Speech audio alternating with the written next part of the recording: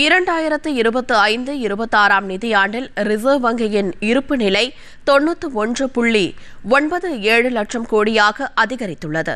இது தொடர்பாக ரிசர்வ் வங்கி வெளியிட்டுள்ள வருடாந்திர அறிக்கையில், கடந்த நிதியாண்டில் ரிசர்வ் வங்கியின் ஒட்டுமொத்த வருவாய் 26.4% அதிகரித்துள்ளதாகவும், செலவினங்கள் 102.4% வரை உயர்ந்திருப்பதாகவும் அதில் தெரிவிக்கப்பட்டுள்ளது. மக்களிடையே டிஜிட்டல் பண பரிவர்த்தனைகள் அதிகரித்து வருவதால் புதிய ரூபாய் நோட்டுகளை அச்சிடுவதற்கான செலவு கணிசமாக குறைந்துள்ளதாகவும் ரிசர்வ் வங்கி தெரிவித்துள்ளது. ரூபாய் நோட்டுகளை அச்சிட முந்தைய ஆண்டில் 6,372 கோடி ரூபாய் செலவிடப்பட்டதாகவும், அது நடப்பாண்டில் 4,875 கோடி ரூபாயாக குறைந்திருப்பதாகவும் ரிசர்வ் வங்கி தெரிவித்துள்ளது.